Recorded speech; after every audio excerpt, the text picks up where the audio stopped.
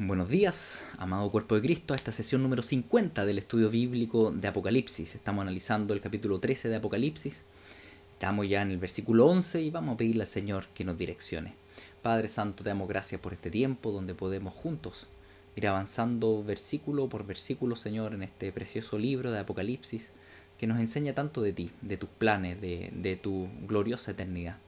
Ayúdanos hoy día, Señor, a glorificar a Cristo, a valorarlo, a verlo cada día más, Señor, más presente en medio de nosotros. Te damos gracias por este tiempo juntos.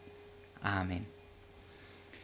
Bien, mis queridos, estamos en el capítulo 13, como les decía. Durante las últimas sesiones hemos estado analizando el concepto de la bestia, ¿no es cierto?, como imperio, pero también como una persona, como este personaje malvado, el anticristo, ¿no es cierto?, el hombre pecado, y hemos estado viendo ahí como este imperio, esta bestia es compuesta, ¿no es cierto?, por otras bestias y varias cosas que hemos conversado durante los últimos versículos. Hoy día vamos a proseguir desde el versículo 11 y va a aparecer una segunda bestia, es decir, un segundo personaje en este caso, y que es distinta a la primera bestia. Es alguien que va a estar indicando y exaltando y levantando a la bestia, al anticristo mismo. Entonces, leamos este pasaje que dice así, palabra del Señor. Después vi otra bestia que subía de la tierra y tenía 2 cuernos, semejante a los de un cordero, pero hablaba como dragón. Y ejerce toda la autoridad de la primera bestia en presencia de ella, y hace que la tierra y los moradores de ella adoren a la primera bestia, cuya herida mortal fue sanada. También hace grandes señales, de tal manera que aún hace descender fuego del cielo a la tierra delante de los hombres, y engaña a los moradores de la tierra con las señales que se le ha permitido hacer en presencia de la bestia, mandando a los moradores de la tierra que le hagan imagen a la bestia que tiene la herida de espada y vivió. Y se le permitió infundir aliento a la imagen de la bestia para que la imagen hablase y hiciese matar a todo el que no la adorase. Bien, vamos a dejarlo hasta ahí. Aparece entonces un segundo personaje en este triunvirato satánico que va a estar compuesto por el anticristo, el falso profeta y la imagen o la estatua que cobra vida. En este caso, este texto tiene que ver con el segundo personaje, el falso profeta, ¿no es cierto? Tiene varios aspectos bien interesantes a considerar. En primer lugar, en todo el libro Apocalipsis se nos ha mencionado que Jesucristo es el Cordero de Dios. Y resulta que esta segunda bestia tiene una mixtura que realmente es diabólica, porque tiene 2 cuernos semejantes a los de un cordero. Es decir, parece cristiano, parece de Cristo, pero habla como dragón. Y el dragón, recuerden, que es el gran enemigo del cordero, es el diablo. Entonces fíjense, tenemos acá 2 figuras mezcladas, el cordero y al mismo tiempo el dragón, o más bien el dragón haciéndose pasar por cordero, lo que nos recuerda a un lobo vestido de oveja, ¿no es cierto? Es decir, este personaje va a parecer cristiano o bueno, pero en realidad va a decir las palabras del dragón y de la serpiente. Primer punto. Segundo punto. Este personaje ejerce toda la autoridad de la primera bestia en presencia de ella, es decir, tiene la misma autoridad mundial del anticristo. Recuerden que ¿cuál era la autoridad que se le daba al anticristo? 1, gobernar sobre el mundo. 2, vencer a la iglesia, perseguir a la iglesia. Y a este falso profeta se le da la misma autoridad. Y dice, y hace que la tierra y los moradores de ella adoren a la primera bestia, cuya herida mortal fue sanada. La labor de este falso profeta va a ser indicar y levantar a este personaje del anticristo. Ya he mencionado como 2 personajes que son distintos entonces, no son el mismo. ¿Ya? ¿Y cómo va a indicar y levantar a este personaje del anticristo?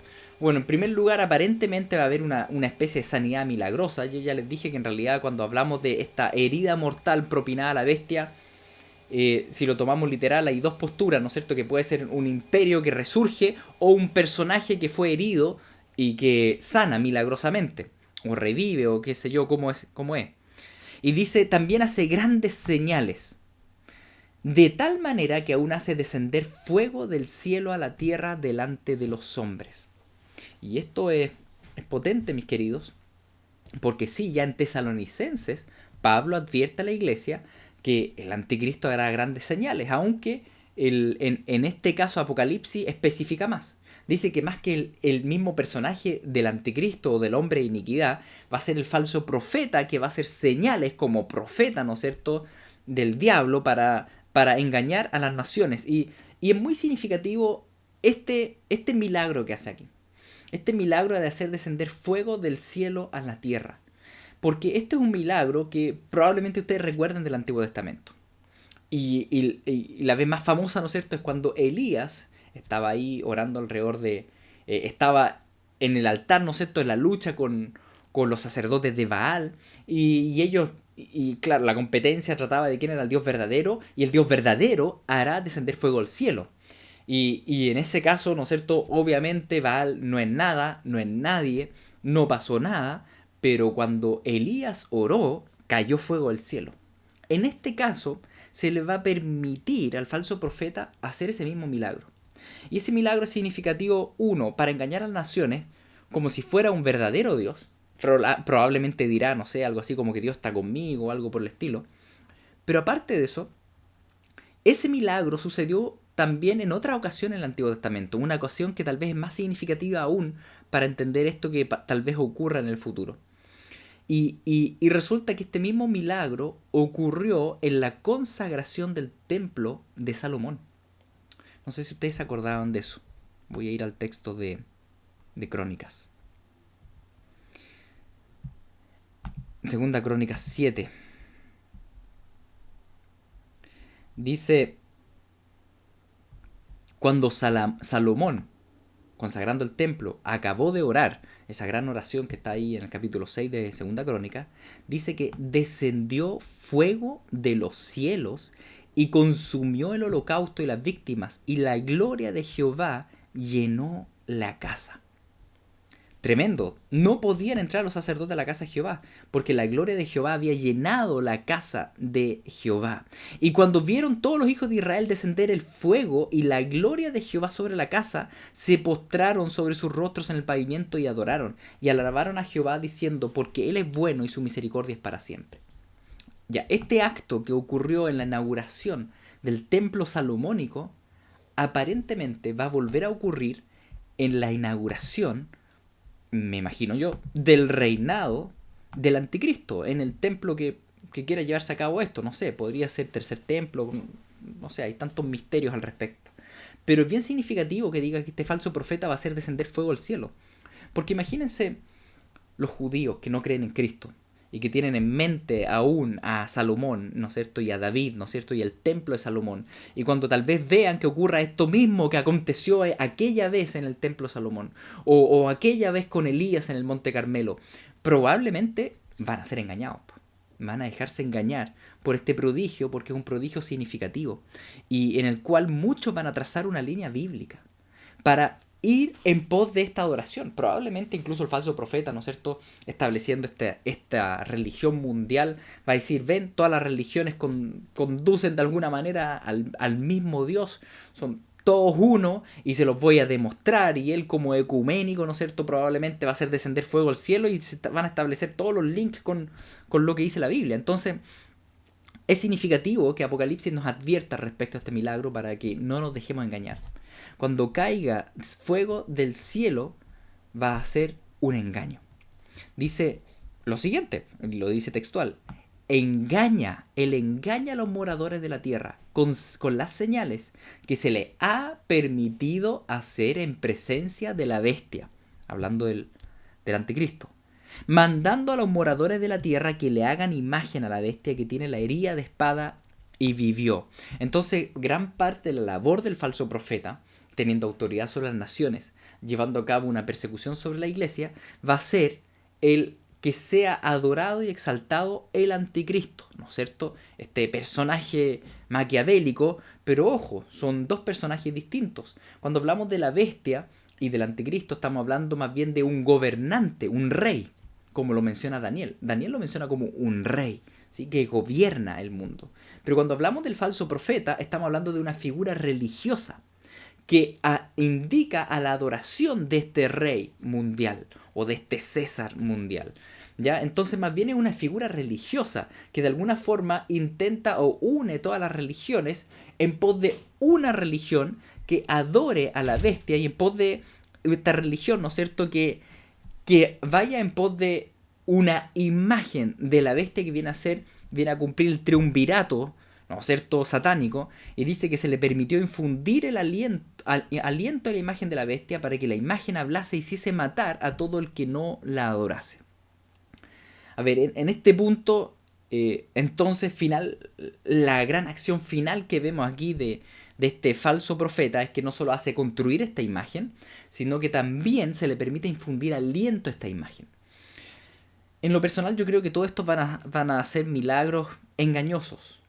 Y no me voy a meter ahora al tema de la imagen, que hay varios pensamientos al respecto, sino que me voy a quedar con el falso profeta. Y lo que significa, porque el tema del falso profeta y de los falsos profetas es un tema muy presente en la escritura, es muy presente desde el Antiguo Testamento, ¿no es cierto?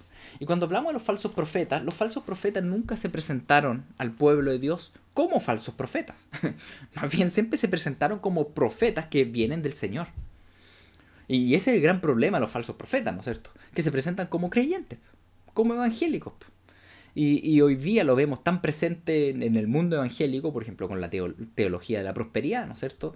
Hombres y mujeres que se enriquecen y son millonarios y viven a costa, ¿no es cierto?, del dinero de otros, cuando Cristo se hizo pobre para enriquecernos, ¿no es cierto?, con salvación. Y asimismo él dijo, ustedes vayan sin bolsa ni alforja, ¿no es cierto?, no acumulen riqueza en la tierra, porque aquí el ladrón se lo puede robar, ustedes acumulen riqueza en el reino de los cielos. Bueno, hay tantas palabras al respecto.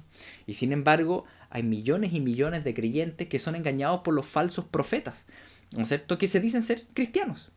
Y por eso tenemos que poner tanto ojo. La Biblia habla tanto al respecto realmente de que como creyentes tenemos la responsabilidad individual de discernir lo que escuchamos, discernirlo con la palabra, con la ayuda del Espíritu Santo, ¿no es cierto?, y trazar una línea. No todo el que se dice seguidor de Cristo es seguidor de Cristo. No todo el que se dice predicador del Evangelio realmente predica el Evangelio. Eso es algo que lo hablamos harto cuando estuvimos viendo el capítulo 2 y 3 de Apocalipsis, cuando vemos ahí, ¿no es cierto?, que Jesucristo recrimina a ciertas iglesias, de las 7 iglesias, lo fácilmente que aceptaron, ¿no es cierto?, los falsos profetas, o al revés, los anima y los alienta porque no aceptaron, ¿no es cierto?, falsos profetas y falsos apóstoles. Entonces, ese es un tema que hacia el final tenemos que poner ojo, porque sí, el mundo entero que no siga a Cristo va a ser engañado, sí. Pero también muchos que dicen ser creyentes y no tienen el Espíritu Santo también van a ser engañados. Porque este falso profeta va a parecer cordero, va a parecer cristiano, aunque lo que él dice es dragón.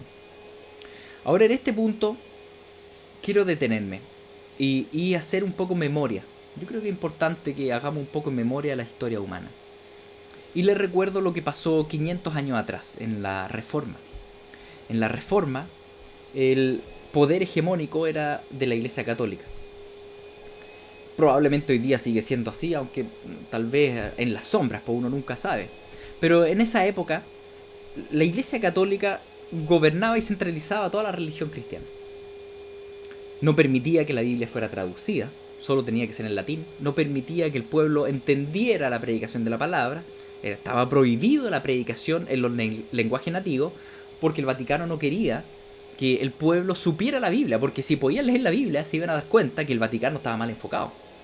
De hecho, eso sucedió con un monje, ¿no es cierto?, agustiniano, que fue al Vaticano mismo, y cuando llegó ahí y se encontró con las riquezas que habían ahí, él dijo, no, esto no es del Señor. Y de ahí surge la Reforma.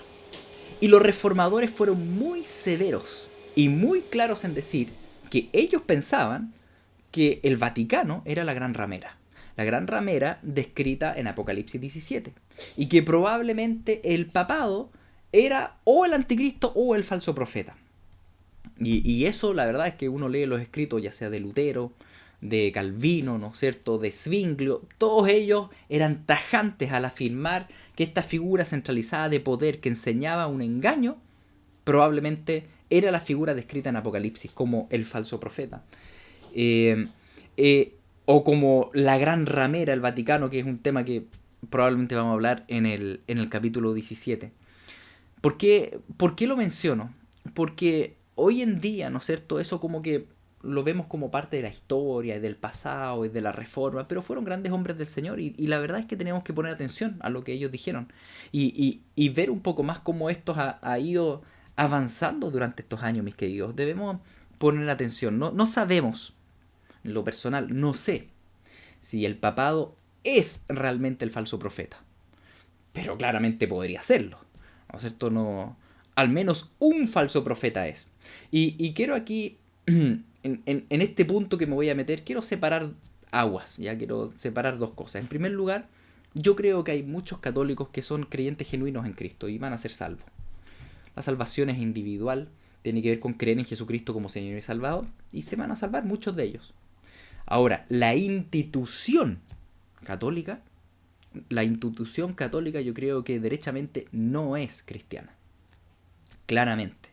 Y se los voy a demostrar con pequeños argumentos que están ahí presentes. La institución tal como la institución católica, el Vaticano, no es cristiana. Para nada. Es una falsa religión. Que engaña al mundo como tantas otras falsas religiones. Como les decía, quiero separar la institución de los individuos, porque hay muchos individuos católicos que yo conozco, ¿no es cierto? Y creo realmente, genuinamente, que son salvos, que creen en Cristo. Y, y, y quiero, en ese sentido, con respecto a la institución católica, eh, hacer un poco de memoria y ver un poco también el presente, porque no debemos dejarnos engañar, ¿no es cierto?, por voces que son como de cordero, cuando en realidad son de dragón. Los reformadores nos recordaron que solo la escritura tiene autoridad, solo la escritura.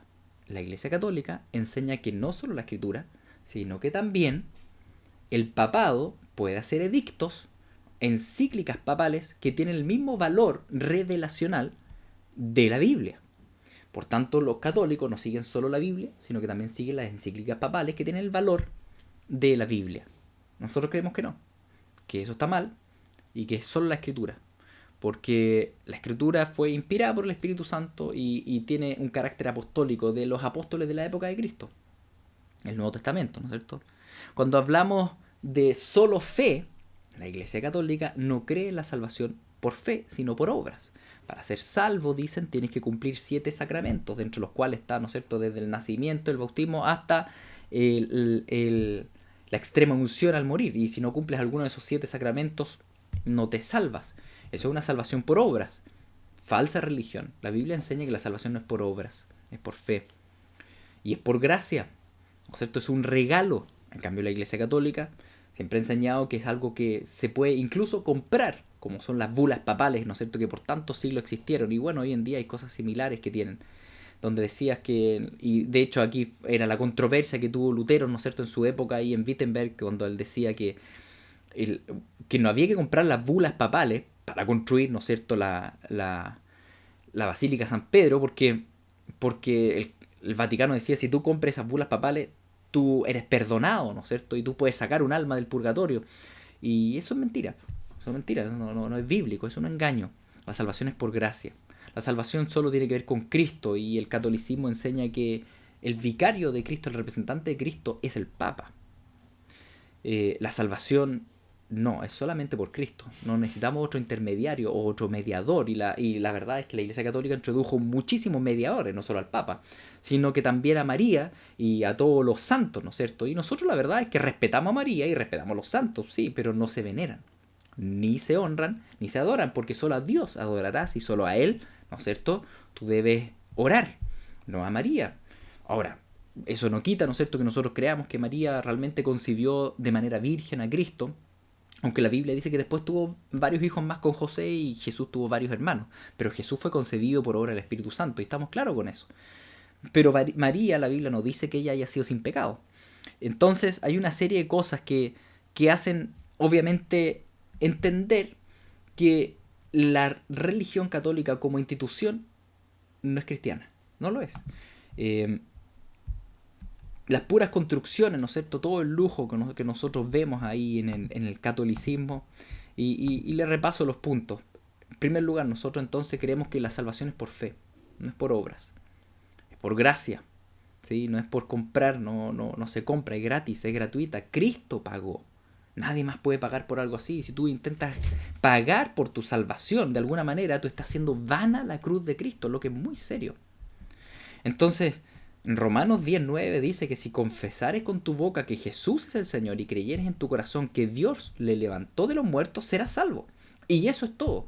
No necesitas más, no necesitas añadir a la obra de Cristo. Tú simplemente te adhieres a la obra de Cristo, pero Él pagó. Si tú piensas que no basta con el pago de Cristo, tú haces vana la cruz de Cristo, y eso es muy serio. Le quita gloria a Cristo.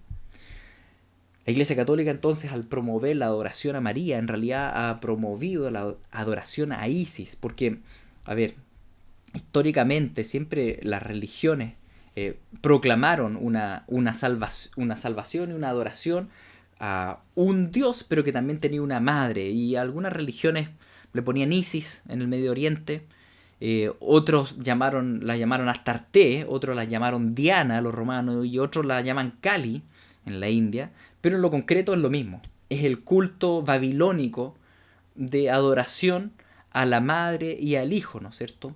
Y de hecho las estatuas en Roma ni siquiera las cambiaron, ocuparon las mismas estatuas de la adoración a Isis o a Diana o a Astarte y después se continuaron.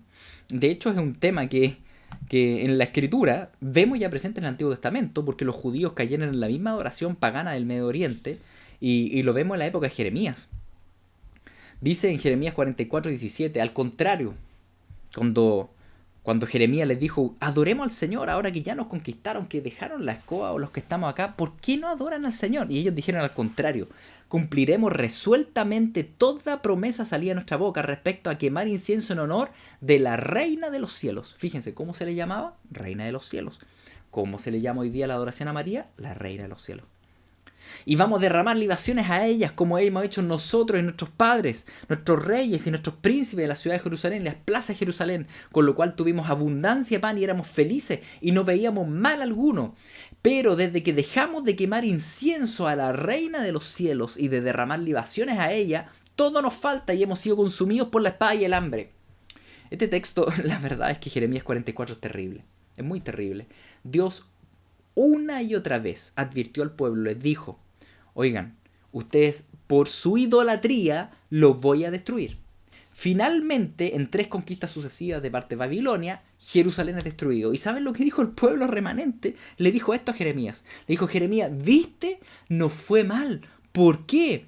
Porque ya no estamos quemando incienso a la Reina de los Cielos. Qué tremenda es la idolatría. ¿Cuántas cegueras hay? ¿Cuánta gente que hoy en día desprecia a Cristo por simplemente adorar a María? Y insisto en esto, mis queridos. María, una querida hermana nuestra, y cuando estemos en el cielo la vamos a abrazar. Pero ella no debe ser adorada. Ella no es Dios. Adorar a una persona es idolátrico. Y el pueblo de Israel cayó en eso. Y fíjense lo que ellos hacían. Ellos quemaban incienso a la Reina de los Cielos. ¿Qué se hace hoy en día en la Iglesia Católica, en los distintos templos, en San Expedito, ¿no es cierto? Ahí se ponen las velitas y se le prenden velas, ¿no es cierto? Esa es la misma adoración pagana, babilónica, del Medio Oriente, la adoración a Isis y a Astarte, a la Reina de los Cielos. Por tanto, mis queridos, no confundamos, ¿ya? La María de la Biblia es una chiquilla, muy buena chiquilla, escogida por el Señor, que concibió de manera virgen a Cristo, pero no debe ser adorada y no debe ser venerada, no hay que encenderle velita, nada por el estilo. Hay un solo mediador entre Dios y los hombres, Cristo. Jesucristo hombre, Jesucristo de Nazaret. Él es el mediador, nada más, ni nadie más. Y a Él debemos orar, y gracias a Él tenemos perdón por los pecados, y cualquier añadidura a eso es pisotear la cruz de Cristo. Y no se hagan parte de eso, mis queridos. Salgan de Babilonia, salgan de Babilonia. Así que ese mismo culto no solo lo encontramos en el Antiguo Testamento, la verdad es que el Nuevo Testamento también estaba presente. En el gran alboroto de Éfeso. Cuando oyeron estas cosas se llenaron de ira y gritaron diciendo, grande es Diana de los Efesios, y la ciudad se llenó de confusión, y a una se lanzaron al teatro y arrebatando a Gayo y Aristarco, macedonios compañeros de Pablo, y quedó la pura escoba. ¿Cuándo? Cuando les tocaron este punto de la idolatría a Diana, que es la misma idolatría a la Reina de los Cielos, y Y lo que les comento, mis queridos, si tú has estado, ¿no es cierto?, muchas veces, ¿no es cierto?, en adoración a María como reina de los cielos, arrepiéntete ante el Señor. Eso es pecado de idolatría. Es pecado. No te digo que seas irrespetuoso con María, que la respetamos, pero no la adores. Uno, no la adores, solo Dios debe ser adorado. No le ores, solo a Cristo hay que orar. Él es el mediador. Nada más, ella es una hermana de nosotros, ser humano caído, igual que nosotros.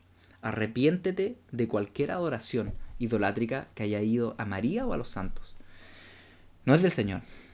¿Parece cristiano? No lo es. Es un cordero, voz de cordero, pero que en realidad es la voz del dragón. Las nuevas revelaciones, como les decía, que ellos creen que la voz del Papa y del Papa de turno tiene el mismo nivel de autoridad que la Biblia. No creemos eso, mis queridos. Ninguna persona actual tiene el nivel de autoridad de la Biblia. La Biblia es revelación completa y afiniquitada, y actualmente el Espíritu Santo lo que hace, ilumina nuestro entendimiento para que entendamos la palabra, y nos va hablando, sí, nos va guiando, sí, pero nada de eso tiene el nivel de Biblia. ¿Sí? Nada que nosotros podamos escribir o decirle a alguien tiene el nivel de Biblia. No, la autoridad número 1 es la Escritura.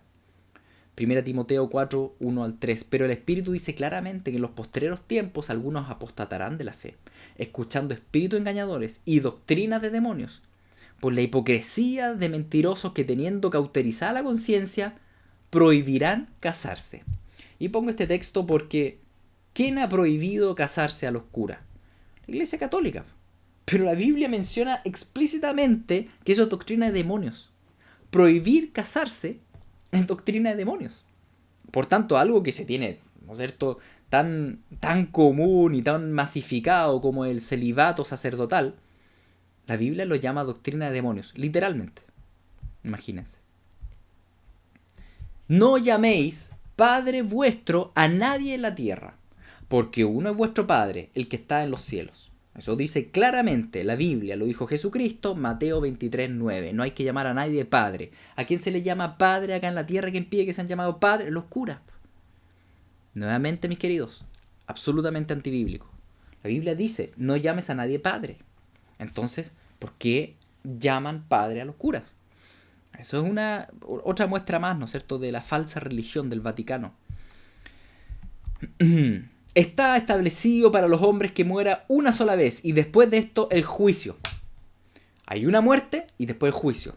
¿Qué enseña el Vaticano? Enseña que hay purgatorio, que te va o al infierno o al cielo, pero la mayoría va al purgatorio. El purgatorio es un estado intermedio, supuestamente, donde tú puedes, de acuerdo a las mandas que hagas ahí o que hagan los vivos acá en la tierra, tú vas al cielo o al infierno. Es un negociado, nada más. Porque básicamente con eso recaudaban plata antes, decían, si tú pagas suficiente, tú sacas a un alma del purgatorio. No es bíblico, la Biblia no dice nada de purgatorio. O es infierno o es cielo. Está establecido que el hombre muera una sola vez y después viene el juicio, y nada más. No hay un estado intermedio, todo se decide en esta vida. Por tanto, eso es una falsa enseñanza. De tener esperanza de que después de esta vida se pueda hacer algo, no. O esto de hacer un culto anual después a los muertos, no sé, esto y al año se le hace otro culto para sacarlo del purgatorio. No. Todo eso son herejías. Así de sencillo. La Biblia es súper clara al respecto. La jerarquización eclesiástica. De establecer cristianos de primera y segunda categoría y mediadores entre Dios y el hombre. Hay un solo Dios y un solo mediador entre Dios y los hombres. El hombre, Jesucristo. Jesucristo, hombre. No hay otro mediador. No hay otro mediador. Tú no necesitas más mediadores. O personas a las cuales confesarle algo, ¿no es cierto? Curas o sacerdotes o obispos para que ellos lo lleven al Señor. No, uno puede confesar los pecados con cualquier hermano, ¿no es cierto? Y podemos orar y debemos orar los unos por los otros. Sí, eso es un tema. Pero otra cosa es prohibir a la gente que se relacione directamente con Dios y se relacionen con Dios por medio de ti. Ahora, miren, todas estas cosas que estoy diciendo acá, que el pueblo evangélico tanto ha apelado, ¿no es cierto? O ha, de alguna forma, ha detectado como errado en la Iglesia Católica, sí, también lo podemos detectar en muchas iglesias evangélicas, lamentablemente. Donde pastores se han enseñoreado de las ovejas, lo que también es pecado, y dice explícitamente en la Biblia que no debe ser así. Y más bien lo que debemos hacer como pastores es llevar a las ovejas a que se relacionen con el buen pastor que es Cristo. Nuestra función como pastor o como pastores no es que hacer las ovejas dependientes de nosotros, porque nosotros mismos también somos ovejas, sino que es llevar a las personas a ser dependientes de Cristo. Y esa es la labor del discipulado. Cuando uno discipula a la gente, no es para que el discípulo se haga dependiente del discipulador, sino que se haga dependiente de Cristo en una relación diaria, íntima, personal con el Señor. Hay un solo mediador entre Dios y los hombres, no son los curas, ni los sacerdotes, ni el Papa. Y ahí también hay un tema, ¿no es cierto?, severo. Y bueno, están las riquezas terrenales que son pero tan millonarias, tan gigantescas, tanta opulencia, habiendo tanta pobreza en el mundo. Lo que se contradice absolutamente la Escritura, ¿no es cierto?, que dice que nosotros los creyentes debemos dar a los necesitados y no debemos acumular riquezas acá, como ya les había dicho. Hay tanto texto bíblico de eso que no entiendo cómo siempre se cae en la misma trampa. Bueno, que el Señor los libre. Y por último, el falso Cristo que presentan. Esta imagen es del Vaticano, un salón nuevo que han construido, y la verdad es que es terrible. Ahí en la imagen al medio ustedes ven al Papa, ¿no es cierto? Atrás una escultura supuestamente de Cristo, pero esa escultura es diabólica, claramente. Se la voy a mostrar un poco más cercana. Y se las voy a mostrar por el texto que estamos leyendo hoy. Antes de mostrársela, esto es lo que dice oficialmente en la página del Vaticano respecto al Papa. Dice: su santidad, el Papa Francisco.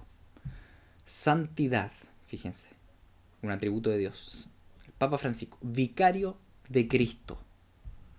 Su santidad, el Papa, ¿no es cierto?, vicario de Cristo. Papa significa padre. Vimos recién en la palabra que no hay que llamar a nadie padre. Por tanto, al señor Francisco no debemos llamarlo Papa, porque estaríamos diciéndole padre y con eso estaríamos pecando. Así que llámenlo señor Francisco. Vicario. ¿Qué significa vicario? Es el lugar de, el que sustituye. Entonces, cuando dice acá vicario de Cristo, está diciendo el que sustituye a Cristo o está en el lugar de Cristo. Imagínense, ¿quién se atreve a poner ese título? Yo, el sustituto de Cristo. No se puede. Sucesor del príncipe de los apóstoles. Sucesor del príncipe de los apóstoles. ¿A quién se le llama príncipe de los apóstoles en la Biblia? Más bien príncipe de los pastores. En la Biblia se le llama en 1 Pedro 5:4 a Cristo como el archipoimén, el príncipe de los pastores, pero no a un ser humano, no al señor Francisco. Sumo pontífice de la Iglesia Universal. Sumo pontífice de la Iglesia Universal. Pontífice, en latín, pons, facere, hacer puente. Es decir, es puente supremo entre Dios y la Iglesia. ¿Quién es el puente supremo, el sumo pontífice entre Dios y la Iglesia? No es el Señor Francisco, es Jesucristo de Nazaret. Sumo pontífice, imagínense, cuánta herejía. Soberano del Estado de la ciudad de Vaticano. Soberano del Estado. Vaticano, la palabra Vaticano, la verdad es que viene de la diosa Vatica, ¿ya? Y tiene que ver con el monte donde se adoraba a la diosa Vatica ahí en Roma. Y ese monte es donde está construido el Vaticano. Y ahí que se hacía, se vaticinaba cantando el Vaticanum. Vaticanum tiene que ver con vaticinar cantando. Y era una práctica pagana en el culto, ¿no es cierto?, a la diosa Vatica. Entonces, cuando hablamos del Vaticano, estamos hablando de un culto pagano. El canto el vaticinar por medio del canto a la diosa Vatica. ¿Cómo suenan las canciones gregorianas romanas que se cantan ahí en el Vaticano, mis queridos? ¿Suenan como llenas del espíritu o suenan tétricas? Y yo creo que eso lo resuelve, ¿no es cierto? Cuando uno escucha algo así y suena como tétrico, como que no te llena del gozo y de la paz del espíritu, ojo, ahí no está el espíritu. En realidad son probablemente los mismos Vaticanum de antaño. Y por último, para terminar completar la abominación de nombre, siervo de los siervos de Dios, cabeza de la iglesia. Bueno, ¿para qué me detengo más, mis queridos? La Biblia dice siervo de Dios a Cristo, el siervo. Y eso sale en todo Isaías. Todo Isaías se refiere al siervo de Dios como Cristo, también los salmos. Y cuando hablamos de cabeza de la iglesia, clarísimo, la Biblia llama a Cristo la cabeza de la iglesia. ¿Qué hay alguna duda de que una persona que ocupe este título no es cristiana? No solo puedo decir que no es cristiana, es satánica, directamente. Es satánica. Y más aún, cuando vemos lo que han hecho en estos últimos 30 años, y mis queridos, todo esto que estoy hablando de ustedes no es conspiración, ya no son esto típico conspiranoico, no, estoy hablando de, simplemente le estoy presentando hechos del Vaticano actual, de los títulos que están ahí presentes, ¿no es cierto? Y el siguiente hecho es que hace unos 40 años atrás se construyó esta capilla. Esta es la capilla que está ahí en el Vaticano, donde el Papa da, o el señor Francisco da su speech. ¿Qué parece? Una serpiente, pues. ¿Sí? Es la cabeza de una serpiente. Construyeron un salón millonario con forma de cabeza de serpiente. Que cuando tú entras por la puerta, así se ve adentro. ¿Y qué ven ahí ustedes? ¿Qué ven? Bueno, una serpiente. Aquí están los dos ojos. Aquí las tapa un poco mi video, pero están los dos ojos. Y aquí al medio, ustedes ven, ¿no es cierto? En la mitad, ven los dos dientes colmillos. Y al medio, donde está la lengua de serpiente, está supuestamente la estatua de Cristo y está el Papa. No sé qué más explícito se puede ser de que en realidad el que habla ahí, si bien tiene cuernos como que parece de cordero, en realidad es la voz del dragón. Y por eso les pongo estas imágenes, porque es tan explícito la burla del diablo de que como el Vaticano, ¿no es cierto? Y el señor Francisco habla en realidad como serpiente y en representación de la serpiente, que es el dragón. Recuerden que todo Apocalipsis que estamos leyendo ha representado al diablo como serpiente y dragón. Y cuando vamos a la estatua al medio que yo les había mostrado ahí, fíjense esta estatua que es tan diabólica. Ustedes van a ver aquí un cuerno y acá abajo la cabeza del dragón. Y lo único que falta es el cuerno a este lado, que si uno le saca el espejismo, se ve así. Imagínense esto en la sala de discurso del señor Francisco. Un dragón. Y fíjense, dos cuernos. Se hace pasar por el cordero, pero es la voz del dragón. Insisto en esto, mis queridos, no es conspiración. Esto es una foto del lugar, ¿ya? Y si ustedes viajan a Roma, los dejan entrar al salón, van a ver esto. Horrendo, mis queridos, porque es la voz del diablo. Es la voz del diablo. No se dejen engañar. Y para rematar las cosas, dos noticias actuales. Este es el famoso pesebre que ustedes probablemente vieron, que pusieron ahora en Navidad. Ahora actualmente estamos en el 2021, esta fue la Navidad del 2020. Ellos pusieron este pesebre babilónico con pirámides atrás, con imágenes esotéricas, con un gran ángel de luz al medio, Cristo por ningún lado. El ángel de luz claramente es el diablo. Y al lado de este pesebre, o parte del mismo pesebre, pusieron a este astronauta, ¿no es cierto?, con un demonio detrás. A ver si lo logran ver. Voy a checarlo un poco.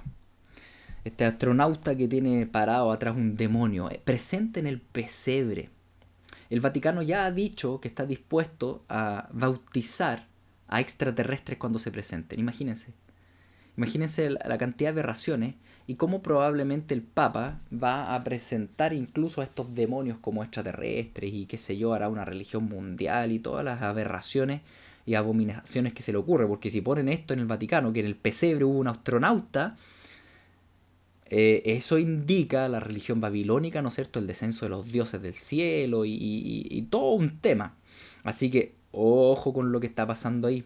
Y por último, ya lo más actual que ha aparecido en la prensa respecto al Vaticano, que acumula siempre más abominaciones, es esta visita que hizo el Papa a Abu Dhabi, ¿no es cierto?, en los países árabes. ¿Para qué? Para hacer el primer gran complejo ecuménico interreligioso de las religiones que esté listo para el 2022, próximo año.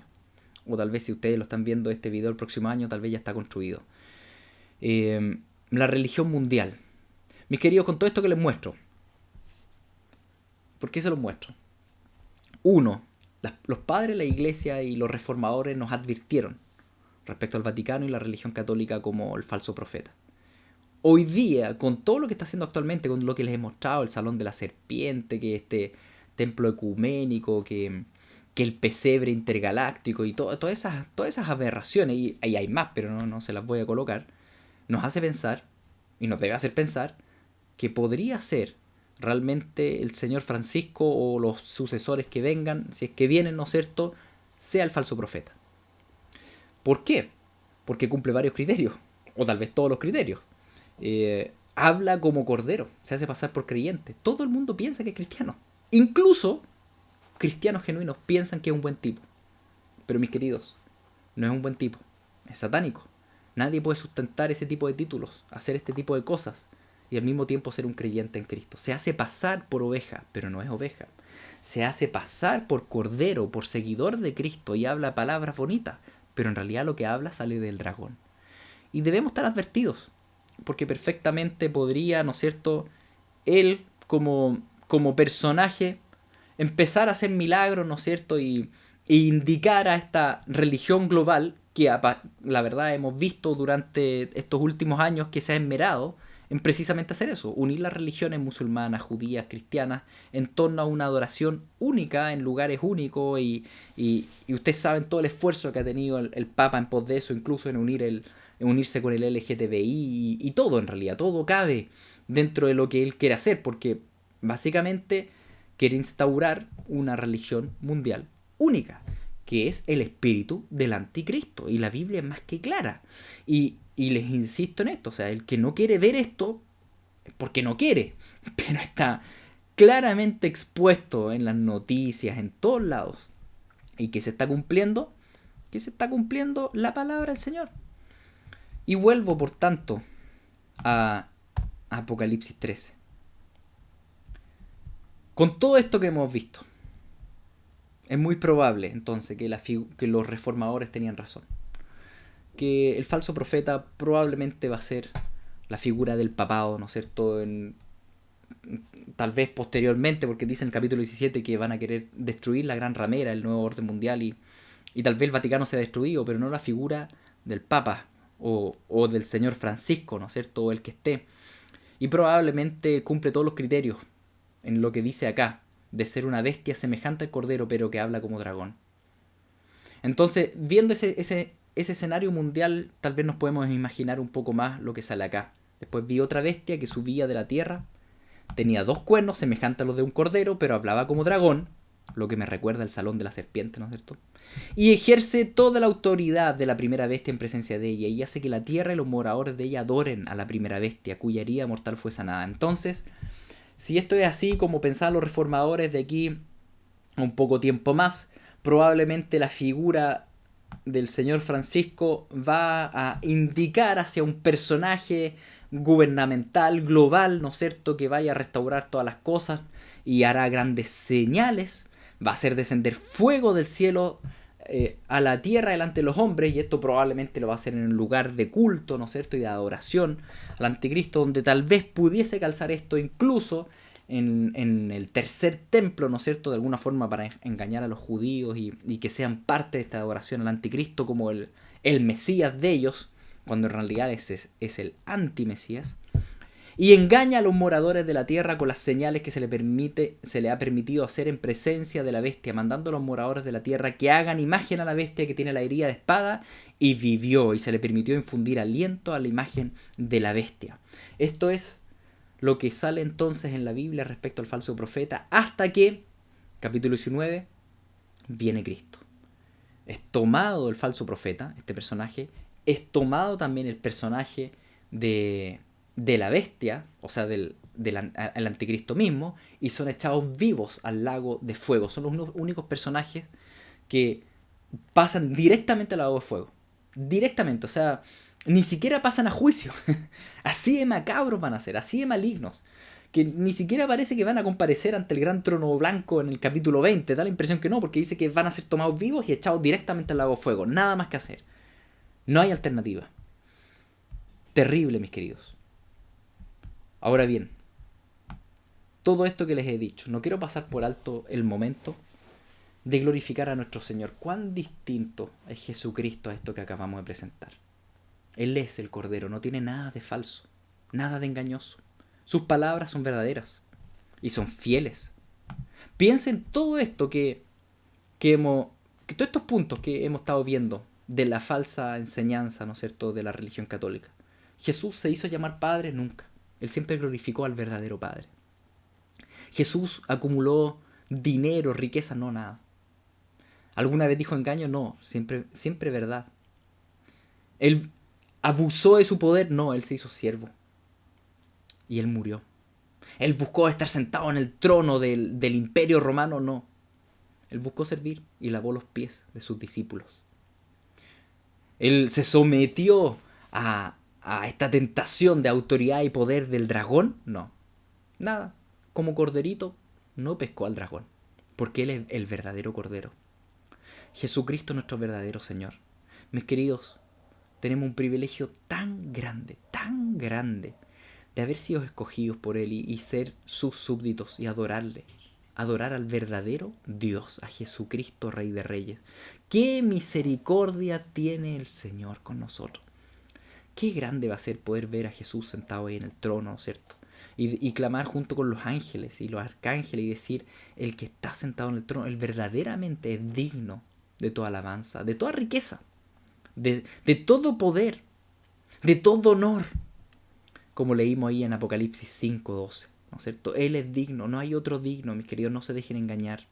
No se dejen engañar por falsos profetas, por el falso Mesías, no se dejen engañar. Tú conoces a Jesús, tú eres una ovejita del Señor, no te dejes engañar. Tú sabes quién es tu Rey de Reyes, tú sabes quién es tu verdadero profeta del Señor, que es Cristo mismo. Él es profeta, rey, sacerdote y no necesita a nadie más, porque no necesitamos más mediadores. Él es nuestro mediador, nuestro único Rey de Reyes, a Él glorificamos. Y no quiero terminar esta sesión enfocando en el mal, porque debemos enfocar en el bien, que es Cristo mismo es nuestro bien, mis queridos. No se dejen engatusar, no se desesperen cuando vean que todas estas cosas empiezan a acontecer, que están aconteciendo, ¿no es cierto? Y que van a seguir avanzando y avanzando, no. Cuando estas cosas sucedan, dice Cristo, ustedes levanten la cabeza, porque ya viene mi venida. Y gloria al Señor por eso. Gloria al Señor porque nuestro verdadero y legítimo Rey de Reyes, que es un verdadero cordero manso y humilde de corazón, va a venir y se va a sentar en el trono legítimo. Él es el que gobierna eternamente y para siempre. Glorifiquémosles a Él. Gracias, Jesucristo, por tu veracidad, por tu reino, por tu verdad, por quien tú eres. Tú eres el único legítimo de gobernar. Tú eres el verdadero profeta del Padre. Tú eres el verdadero sacerdote, sumo sacerdote, representante nuestro ante Dios. Tú eres el verdadero Cordero que fue sacrificado por nosotros. Tú eres el verdadero Mesías, el ungido, el Cristo, el Hijo de Dios, y lo sabemos. Gracias, Jesús, porque si bien entendemos que este mundo va a ser engañado, tú nos tienes firmemente en tu mano y has derramado tu Santo Espíritu sobre nosotros. Señor, te glorificamos a ti. Jesucristo, tú eres el Rey de Reyes. A ti te alabamos, a ti anhelamos tu venida, Señor. Gracias, Señor. En ti estamos seguros. Amén.